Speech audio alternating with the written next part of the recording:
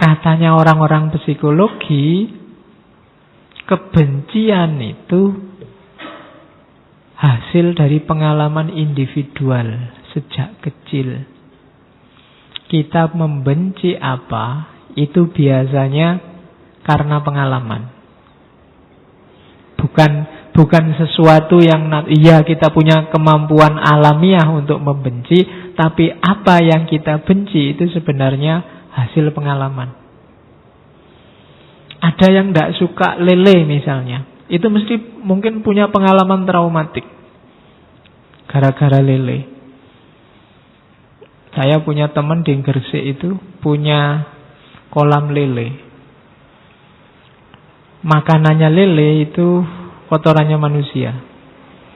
Dan di sana kalau mau buang air, jangan buang air di rumah, rugi. Buang air di kolam lele itu, dibayari.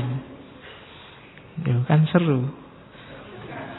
Buang air aja dibayari untuk makanannya lele. Cuma ya itu, teman saya di Gresik, saya ke sana disuruh buang air di kolam lele itu, jadi baru jongkok lelenya langsung nyamber ke atas, cuis gitu.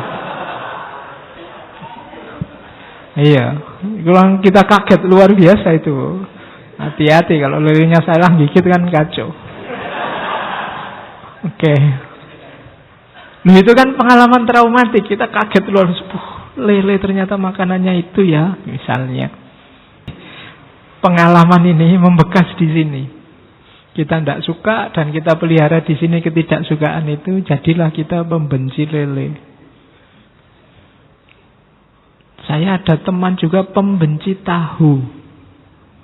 Jangan salah. Karena dia trauma di pondok. Di pondoknya itu makannya pakai catering.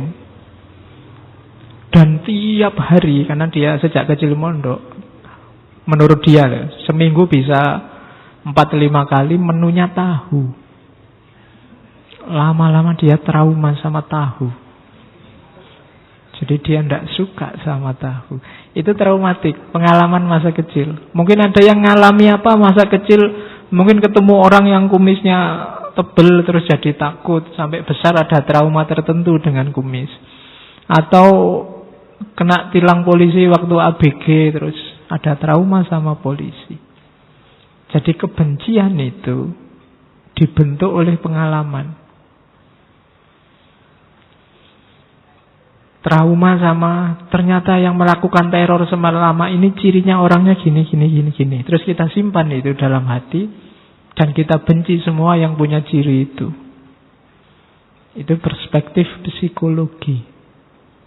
Jadi kebencian itu hasil pengalaman. Oke, itu teori yang kedua. Teori yang ketiga, ini teman-teman sosiolog.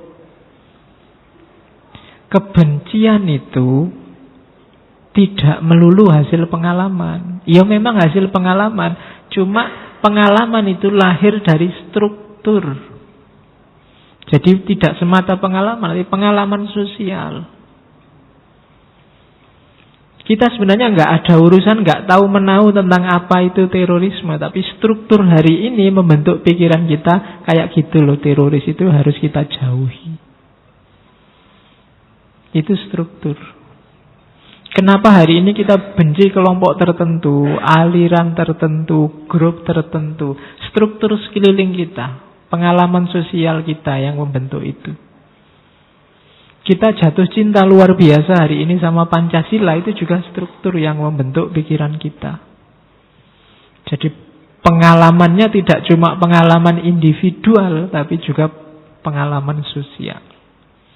Dari situlah kebencian lahir. Jadi hakikat kebencian itu kan ada teori perspektif kelompok natural, perspektif psikologi, perspektif sosial. Beda-beda tapi sebenarnya tiga-tiganya benar.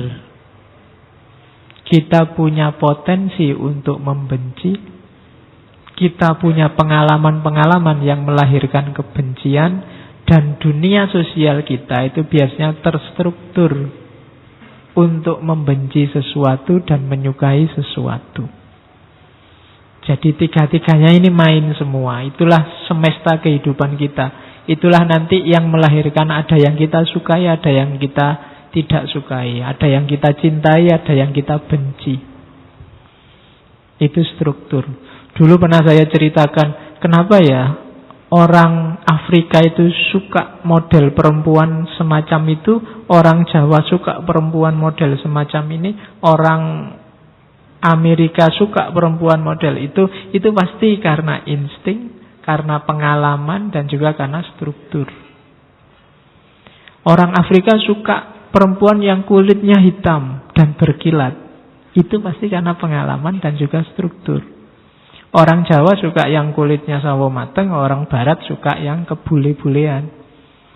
Ya meskipun sekarang terjadi globalisasi, di mana-mana sukanya kayak bule. Menurut saya itu tidak natural, karena cantik versi Jawa itu tidak selalu identik dengan cantik versi Barat. Tapi hari ini seleramu kan dibentuk secara global, sehingga hari ini cenderung seragam. Cantik itu ya kayak gitu. Nah, nanti ada teori namanya ideologi kebencian. Kebencian itu nanti lama-lama akan mengkristal jadi ideologi hidup kita. Ideologi itu seperangkat perspektif, seperangkat pandangan dan aturan, termasuk juknis apa yang boleh dilakukan dan apa yang tidak boleh dilakukan. Ada buku yang saya ambil, carilah di internet, ada yang bisa di-download gratis. Nisa Yanai, The Ideology of Hatred. Katanya Nisa Yanai, hari ini itu hasil cermatannya dia, semua konflik, hampir semua konflik itu sumbernya cuma satu, kebencian. Kalau dulu lebih variatif. Dulu itu ada konflik karena membebaskan diri dari penjajahan, konflik ingin merdeka, konflik apalagi ingin meraih kekuasaan. Tapi hari ini sebabnya seragam, meskipun variabelnya macam-macam. Sebabnya apa? Kebencian. Kamu carilah cerita konflik apapun di media hari ini, sumbernya satu, kebencian. Termasuk di Indonesia. Kamu sebut aja hari ini ada konflik apa wis? KPK melawan DPR. Ada konflik lama yang masih hidup, pro Ahok, anti Ahok. Ada 212 melawan, lupa itu ya. Itu kan awalnya kebencian demi kebencian. Visinya cuma satu, menganggap yang lain jelek, salah, dan harus dihancurkan. Itu kebencian. Dan itu sebab hampir semua konflik hari ini. Simbolnya adalah, kalau menurut buku itu, simbolnya adalah peristiwa 9/11. Itu simbol paling jelas hasil dari yang namanya kebencian. Tidak ada hubungannya dengan penaklukan negara, tidak ada hubungannya dengan pembebasan dari penjajahan, tidak ada. Oke, di buku itu ya. Terus di buku itu juga dibagi dua jenis kebencian. Yang pertama, kebencian dari orang yang ditindas pada yang menindas. Yang kedua, kebencian dari orang yang menindas pada yang ditindas. Kalau orang ditindas terus benci pada yang menindas, itu biasa, masuk akal. Tapi ada juga orang yang menindas justru yang penuh kebencian pada yang ditindas.